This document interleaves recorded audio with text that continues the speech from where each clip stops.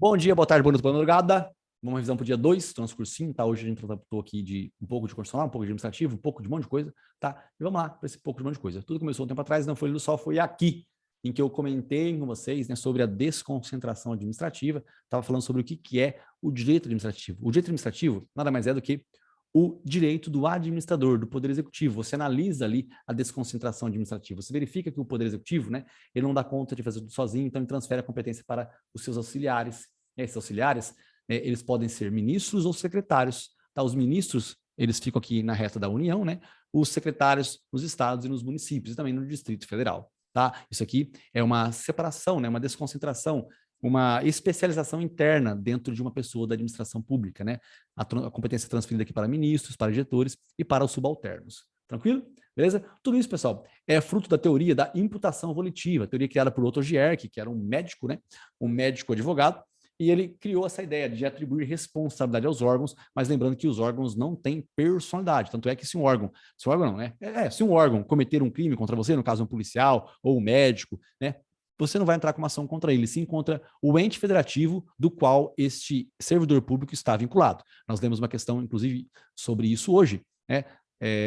Uma questãozinha aqui, que ela tratava desse assunto, né, que um policial atropelou alguém, atirou em alguém, e aí a gente ia verificar, será que a gente pode entrar com ação contra quem, né? É contra o outro ente federativo ou é contra exatamente o ente federativo do qual esse servidor público está vinculado, né? Obviamente, né, que você entra com ação no ente federativo em que ele está vinculado. Bom, gente, eu mostrei a desconcentração administrativa. Nessa desconcentração administrativa aqui, eu tenho aqui os cargos, né, que estão dentro de um órgão, que um órgão é esse quadrado. Esses cargos são as cadeiras, né? Algumas cadeiras estão preenchidas, outras não, algumas cadeiras são vagas, tá? E aí tudo isso é aqui, órgãos independentes, autônomos, subalternos e superiores, tá? Todos esses aqui são os órgãos dentro da administração pública. Existe aqui um controle hierárquico, existe sim um respeito aqui, uma obediência hierárquica, diferente do que acontece na descentralização. A descentralização é uma especialização externa, né? A União, ela se especializa externamente. Essa descentralização não tem hierarquia. Existe apenas uma busca de um controle finalístico.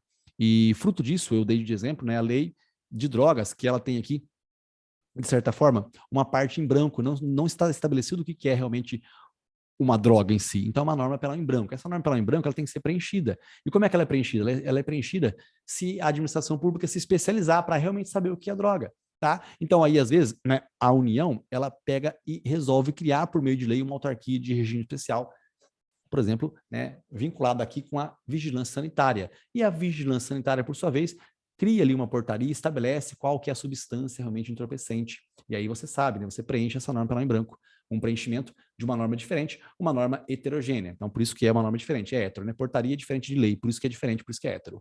Correto? E dentro dessa autarquia aqui, às vezes existem alguns conflitos que não são resolvidos aqui dentro. Pode ser que a lei que tenha criado esta autarquia estabeleça um recurso administrativo impróprio, ou seja, se os problemas não forem resolvidos internamente na autarquia, eles serão resolvidos pelo ministério que a supervisiona. Essa é a supervisão ministerial ou controle finalístico, controle de finalidade, né? É simplesmente o ministério analisar o caso e verificar se aquela autarquia que foi criada está alcançando realmente os objetivos pelos quais ela foi criada. Correto? Infelizmente no Brasil, né, uma coisa que dá errado é você colocar mais dinheiro nela, né? Ela faz um novo plano de reestruturação e esta autarquia que pode eventualmente dar errado, ela se transforma em uma agência executiva. Essa agência executiva, ela pode ter dispensa de licitação. E eu estava dizendo isso só para aproveitar o ensejo, porque eu mostrei aqui o que é a descentralização administrativa, né? Nós temos aqui, ó, toda descentralização, ela é pautada aqui na criação de autarquias, fundações públicas, sociedades de economia mista e empresa pública. Cada ente federativo pode fazer isso. Cada ente federativo pode fazer isso. Cada um deles pode fazer. E como é que isso é feito? Isso é feito por meio de uma lei. A lei cria uma autarquia. Tá? Se a lei cria, você já não precisa registrar, porque o ato, né, o estatuto em si, já é a própria criação da autarquia. Diferente do que acontece nas sociedades de economia mista, empresas públicas e fundações públicas de direito privado, em que a lei autoriza a criação, correto? E aí, aproveitando o ensejo, quando eu tenho uma fundação pública de direito público, essa fundação pública é tudo igual a uma autarquia. Por isso que é possível que uma fundação pública de direito público, ou seja, Universidade Federal, Fundação Autárquica ou autarquia fundacional, tenham dispensa de licitação, assim como a agência executiva aqui, no caso, a autarquia. Tudo bem? Beleza? Gente, eu aproveitei aqui e mostrei para vocês que a autarquia e a fundação pública, direito público, ela tem estatutários, diferente do que acontece nas empresas estatais aqui embaixo, que são seletistas. Seletista é um regime, né, que existe para estabelecer quais são as regras trabalhistas. Estatuto também, mas o estatuto é diferente, não é igual o seletista, né? Nós temos o estatuto, a Lei 8.112, que é o Estatuto do Servidor Público Federal. Esse estatuto estabelece as regras de pessoas que trabalham, né, na administração pública depois que passaram no concurso público. Beleza? Então, existe seletista que passou em concurso público? Sim, no caso das empresas estatais aqui embaixo. Certo? Bom, gente, nós vimos também a criação, né, na verdade, a formação de leis ordinárias, complementares e emendas constitucionais, baseado num quórum de aprovação. Quórum de maioria absoluta, quórum de maioria simples, maioria qualificada, né? Maioria qualificada, 2 turnos, 3 votos, né? Sobe e desce aqui. Não tem sanção ao veto por parte do chefe do Poder Executivo nas emendas constitucionais, assim como nos decretos legislativos e nas resoluções. Tudo bem? E aí eu expliquei para vocês o que é a formação da lei, o processo de maioria absoluta e maioria simples. Só que antes de qualquer coisa tem que verificar se a maioria absoluta dos presentes, se a maioria absoluta dos membros está lá. Depois que você verifica, aí você verifica se vai votar lei ordinária ou lei complementar. Se for lei ordinária, basta você ver quantos estão presentes. Se estiverem presentes apenas 257, você precisa de 129 votos.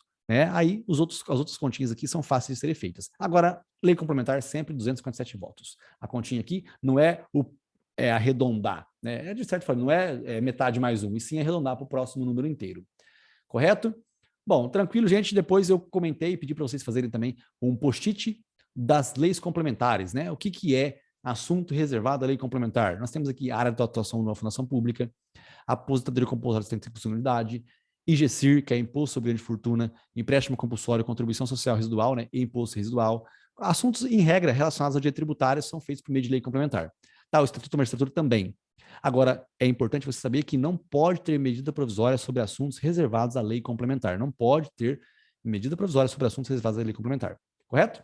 Beleza? Depois eu comentei com vocês, né, expliquei o que é uma sessão legislativa e o que é uma legislatura. Muito importante, no período de 2 de fevereiro a 17 de julho e de 1º de agosto a 22 de dezembro. Isso aqui é o período de uma sessão legislativa, né? Isso aqui é o período de uma sessão ordinária, né? Fora desse período, você tem a sessão extraordinária. Cada 4 sessões legislativas, eu tenho uma legislatura. Aproveitei e mostrei para vocês, né, que um projeto de lei que venha a ser rejeitado em uma sessão legislativa, ele só pode ser repreciado em outra sessão legislativa. Existe uma exceção. A exceção é quando a maioria absoluta dos membros entende que é possível, sim, reanalisar um projeto de lei que foi rejeitado num ano específico. Direito ambiental, uma lei de direito ambiental foi rejeitada nesse ano de 2022. É possível que ela seja reapreciada nesse ano de 2022? Sim, desde que a maioria absoluta dos membros assim o deseje. Certo? Depois eu falei para vocês o que é o presidente da Câmara dos Deputados. Ele é um cara que cuida ali, ele é o chefe, né, da Câmara em si, o chefe do Senado. Esse cara ele pode ser presidente da Câmara? Pode. Do Senado? Pode. Mas por quanto tempo? Por apenas 2 anos em cada legislatura. Certo? É possível que ele seja presidente por 2 vezes consecutivas? Sim, desde que ele ganhe, né, as eleições e o povo vote nele. Se ele foi presidente nos últimos 2 anos do mandato e ele ganha as eleições de novo, depois ele pode ser de novo presidente da Câmara dos Deputados ou do Senado Federal. Nada impede que isso ocorra. Beleza? Bom, gente, depois que eu fiz esse comentário, eu tratei um pouco sobre o ato administrativo, falei sobre a competência, finalidade, forma, motivo e objeto, disse que a competência, a finalidade e a forma são atos vinculados, né, são requisitos vinculados, diferente do que acontece no motivo do objeto, que pode haver uma variação. Essa variação é fruto do mérito administrativo, né? Oportunidade de conveniência. Será que é correto fazer aquilo? É melhor eu multar o carro ou rebocar o carro? É melhor interditar o estabelecimento ou demolir o estabelecimento? E aí foi onde eu joguei essas frases aqui para a gente brincar a respeito delas, né? O Poder Judiciário jamais pode analisar o mérito do ato de um administrador? Correto, ele não pode analisar. Não pode analisar, a não ser que exista realmente uma ofensa à moral administrativa. Exemplo do que eu disse, né? O prefeito comprar uma Ferrari. Né? Agora, e o Poder Judiciário? Ele analisa o mérito de um ato? Sim, os seus próprios atos. Ele analisa o mérito dos seus próprios atos. E o controle de mérito, ele não existe em todos os atos administrativos. Por quê? Porque existem alguns atos vinculados. Você não escolhe se uma servidora com 74 anos de idade vai continuar trabalhando após os 75 anos de idade. Isso não vai acontecer. Depois eu entrei no controle difuso, mudei aqui um pouquinho. No controle difuso, eu expliquei que a diferença entre ele e o desconcentrado é que no concentrado você pede para que uma lei específica seja declarada inconstitucional. No difuso, você não pede isso. Você pede qualquer coisa, menos a declaração da inconstitucionalidade de uma lei. Ter é ótimo, né? Tá? Aí, obviamente, que a lei é declarada inconstitucional, mas o que você pediu? progressão de regime. Eu dei exemplo aqui da lei de crimes hediondos que estabeleceu, né, que os crimes hediondos, eles não poderiam ter progressão de regime. Isso é no passado, hoje não tem mais esse problema. E aí? Aí o cara que ele cometeu um crime de estupro na época, ele falou o seguinte, pô, estuprar alguém é feio, mas matar 20 crianças queimadas é pior. Então, tendo em vista que nós temos na Constituição estabelecendo o princípio da individualização da pena, tendo em vista que isso existe, o que eu quero? Pô, eu quero ter direito à progressão de regime. Ele pede progressão de regime, o juiz, no dispositivo, vai considerar ou não o que ele pediu e, para considerar ou não, tem que analisar a lei. Analisando a lei, ele pega e fala, nossa, realmente, né, essa lei não está de acordo com a Constituição. Então, ele declara incidentalmente, acidentalmente, essa questão prejudicial de mérito aqui é inconstitucional. Beleza? Isso vale apenas para as partes. O controle difuso, ele fica relacionado com as partes. Pode sim ter efeito erga omnes, mas depois a gente trata sobre esse assunto. E aí eu entrei na logística da cláusula de reserva de plenário. A cláusula de reserva de plenário é um assunto que está reservado apenas ao pleno. A cláusula de reserva de plenário é um assunto que está reservado apenas ao pleno. Então a regra é, se um assunto cair no Tribunal de Justiça, esse assunto só pode ser resolvido em um controle de constitucionalidade se for feito pelo pleno. Existem exceções? Sim, exceção. Quando existe a criação de um órgão especial, aí o órgão especial pode, sim, tratar do assunto, mesmo não sendo por meio de maioria absoluta.